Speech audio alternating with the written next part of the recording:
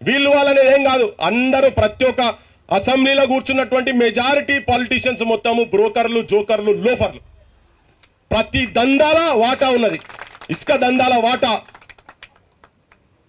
Belt షాపులు బంద్ చేస్తామన్నారు, belt షాపులు ఉన్నాయి. బడులు బంద్ చేసిన బడులు తెరుస్తామన్నారు. ఇప్పటివరకు తెరవల వీళ్ళు వచ్చినా కూడా వేల కొద్ది బడులు బంద్ అయినాయి. మీ అందరికి ఎరికే నేను అబద్ధం చెప్తా చెప్పు. ఊర్లలో గాంజాయి తాండవం ఆడుతుందా లేదా?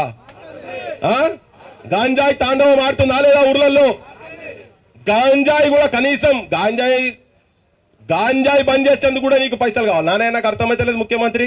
నా దగ్గర ఏం లేవు, నేను బట్టలేపి తిరుగుతున్నా, నన్ను గోసుకో. ఎవరు తింటాడు ఆయన? నువ్వు మేకవా గొర్రెవా తింటందుకు? దేనికి ఎక్కడికి వస్తుంది? ఆ గొర్రెలు రావాలి నేను తింటందుకు, అంతే కదా. వాళ్ళకు కూడా పనికి వస్తలేదు. ఎందుకంటే పోయిన ఆయనకు చెటాకు ఉండే, ఈయనకు దేడి చటాకు ఉంటుంది గోసి. అంతకన్నా గోసి ఈయన కూడా ఎక్కువ ఉండదు. మాటలు మాట్లాడే ముందు ముఖ్యమంత్రి ఒక బాధ్యతాయుతమైన పొజిషన్లో ఉన్నావు నువ్వు కాబట్టి చాలా జాగ్రత్తగా మాట్లాడాలి.